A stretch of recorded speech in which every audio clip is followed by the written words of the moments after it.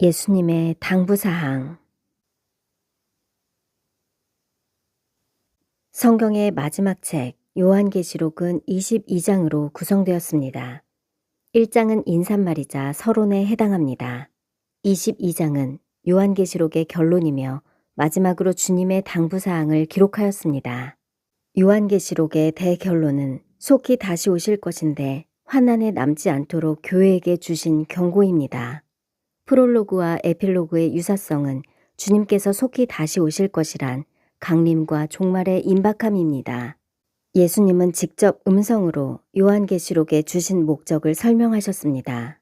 메시지의 수신자는 교회입니다. 나 예수는 교회들을 위하여 내 사자를 보내어 이것들을 너희에게 증언하게 하였노라.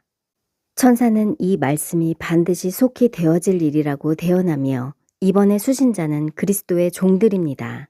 또 그가 내게 말하기를 이 말은 신실하고 참된지라. 주 곧 선지자들의 영의 하나님이 그의 종들에게 반드시 속히 되어질 일을 보이시려고 그의 천사를 보내셨도다.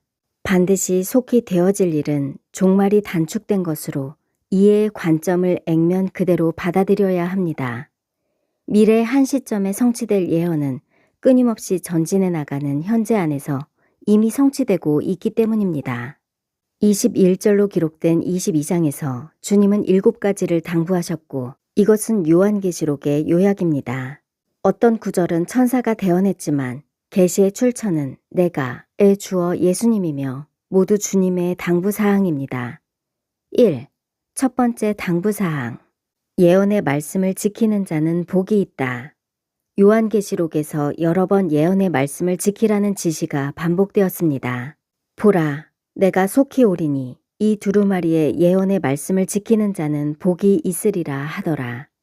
이 두루마리의 예언의 말씀은 요한계시록입니다.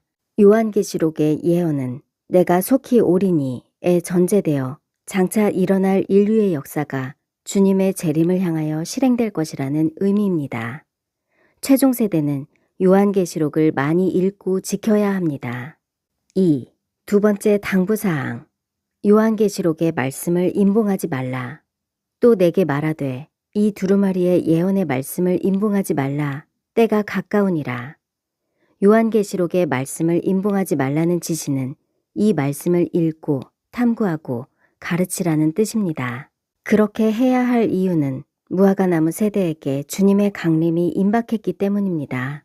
하지만 예언이 성취되기까지는 상당한 시간이 흘러야 합니다. 재림의 지연으로 두 유형의 사람들이 나타날 것입니다. 불의를 행하는 자와 더러운 무리가 있고 의를 행하는 자와 거룩한 자의 무리가 있습니다. 불의를 행하는 자는 그대로 불의를 행하고 더러운 자는 그대로 더럽고 의로운 자는 그대로 의를 행하고 거룩한 자는 그대로 거룩하게 하라.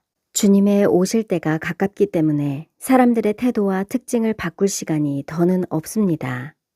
그대로는 회개할 시간도 부족하고 완고해져서 회개도 하지 않는 상황을 기록한 것입니다. 의를 행하고 거룩한 자는 휴거될 것이니 그대로 상태를 유지해야 합니다. 3. 세 번째 당부사항. 각 사람이 행한 대로 상을 주신다. 각 사람들의 행위에 의해서 상을 준다는 것은 성경 전체가 가르치는 교훈이자 하나님의 법칙입니다. 구원은 무조건적이지만 상급은 조건적입니다. 천국은 평등사회가 아닙니다. 천국에 들어간 사람들의 거처와 신분과 상급을 결정하는 것은 각자의 행위입니다. 보라, 내가 속히 오리니 내가 줄 상이 내게 있어 각 사람에게 그가 행한 대로 갚아주리라.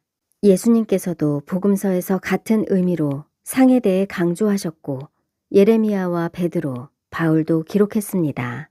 나 여호와는 패부를 시험하고 각각 그의 행위와 그의 행실대로 보응하나니. 사람이 정말로 무엇을 믿는지를 궁극적으로 알려주는 표지는 그 사람이 살아온 삶의 행위입니다. 네 번째 당부사항. 자기 두루마기를 빠는 자는 복이 있다. 자기 두루마기를 빠는 자들은 복이 있으니 이는 그들이 생명나무에 나아가며 문들을 통하여 성에 들어갈 권세를 받으려 함이로다. 구원을 결정하는 분은 예수 그리스도입니다. 어린 양의 생명책에 이름을 기록하는데 어린 양이 최종 결정하신다는 뜻입니다. 그분은 특히 사람들이 지은 죄악들을 용인하지는 않지만 어린 양의 피로 씻어낸 자들은 용서하십니다. 이것을 위해 직접 땅에 오셨고 십자가에서 도살을 당하셨습니다. 두루마기는 자신의 삶이자 신앙의 상태를 상징합니다. 혼인잔치에 참석한 신부가 입을 예복, 곧 흰옷입니다. 두루마기를 세탁하는 것은 현재형으로 되어 있는데 이는 주님 오실 때까지 매일 계속해야 하는 일입니다. 자기의 두루마기를 깨끗하게 한 자는 12개의 진주문을 통하여 성에 들어갈 수 있으니 하나님의 은혜입니다. 성에 들어갈 권세는 어린 양의 피에 있지만 그것을 씻어내는 일은 각자가 해야 합니다. 5. 다섯 번째 당부사항. 바깥 어두운 데로 쫓겨날 죄를 짓지 말라. 바깥 어두운 곳은 성 안과 성 밖을 지나 천국의 변두리에 있습니다. 바깥을 뜻하는 엑소는 불못이나 지옥을 뜻하는 단어가 아니라 문자 그대로 천국 바깥이라는 뜻입니다. 성 안에는 가장 거룩한 무리가 들어가며 성 밖에는 백성들이 들어가고 바깥은 이기지 못한 자들이 갑니다. 구원을 받지 못한 자가 아니라 천국의 거처를 정하기에 적합하지 않은 신자들입니다. 그들의 행위가 합당하지 못했지만 그나마 불못에 가지 않은 것은 그리스도를 믿었기 때문입니다. 같은 죄라도 죄질에 따라 불못에 던져지는 사람도 있고 바깥에 쫓겨나는 사람도 있습니다. 다음은 바깥 어두운 데로 쫓겨난 사람들입니다. 개들과 점술가들과 음행하는 자들과 살인자들과 우상숭배자들과 및 거짓말을 좋아하며 지어내는 자는 다 성 밖에 있으리라. 성 밖은 바깥을 오역한 것입니다. 바깥으로 쫓겨나는 부류는 믿었다는 신자들입니다. 신자들 중에도 7가지 죄악을 짓는 자들이 있습니다. 거짓말을 말하는 정치가를 맹목적으로 지지하는 신자들도 많은데 그들은 거짓말을 좋아하는 유형입니다. 댓글로 거짓말을 지어내는 신자들은 얼마나 많을까요? 마음과 생각으로 음행하고 미워하는 자들도 있고 타로점을 보는 신자들도 있습니다. 첨단 기술을 상대하는 기계장치는 매우 정밀한 품질을 요구합니다. 작은 품질의 결함도 철저하게 관리를 하는 것을 보며 우리는 얼마나 작은 죄악이나 흠에 대해 소홀한지 반성해 봅니다. 6. 여섯 번째 당부사항. 듣는 자는 오라. 초청자는 주님이 아니라 성령과 신부입니다. 신부가 신부를 초청하고 있는데 여기서 신부는 그들이 거주할 새 예루살렘 성입니다. 성령과 신부가 말씀하시기를 오라 하시는도다. 듣는 자도 오라 할 것이요. 목마른 자도 올 것이요. 또 원하는 자는 값없이 생명수를 받으라 하시더라. 첫 번째 오라의 초청은 이 예언의 말씀을 듣는 자가 예수 그리스도의 재림을 요청하는 것입니다. 카이로스의 나팔을 듣는 자는 신부 단장을 시작할 것이며 주님의 오심을 바라볼 것입니다. 신부로 초청하고 이에 반응한다는 것은 모두 신자들이 자동적으로 신부의 자격을 갖는 것이 아니라 초청에 응한 자들이라는 사실을 보여줍니다. 두 번째 오라의 초청의 대상은 목마른 자들입니다. 세 번째 초청은 누구든지 원하는 자로 값없이 생명수를 받으라는 초청입니다. 생명수는 성령의 생수를 상징하지만 복음을 듣고 영생의 축복을 받으리라는 초청입니다. 또한 신부의 마음은 세상의 것이 아닌 성령으로 채우라는 당부입니다. 7. 마지막 당부사항.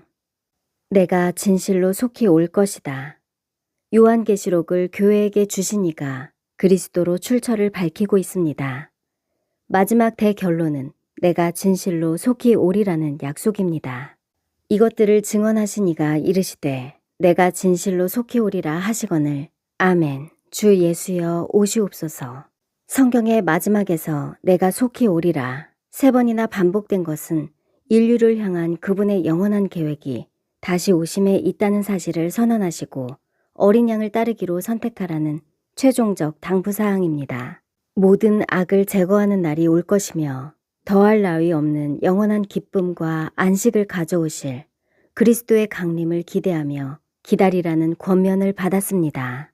주님의 지시에 따라 신부 단장의 요소들은 흰옷, 어린 양의 피, 옳은 행실, 말씀, 성령, 준비의 일관성과 긴박성이 포함되었습니다. 아멘. 주 예수여 오시옵소서. 화답하는 자들은 신부들입니다. 마라나타.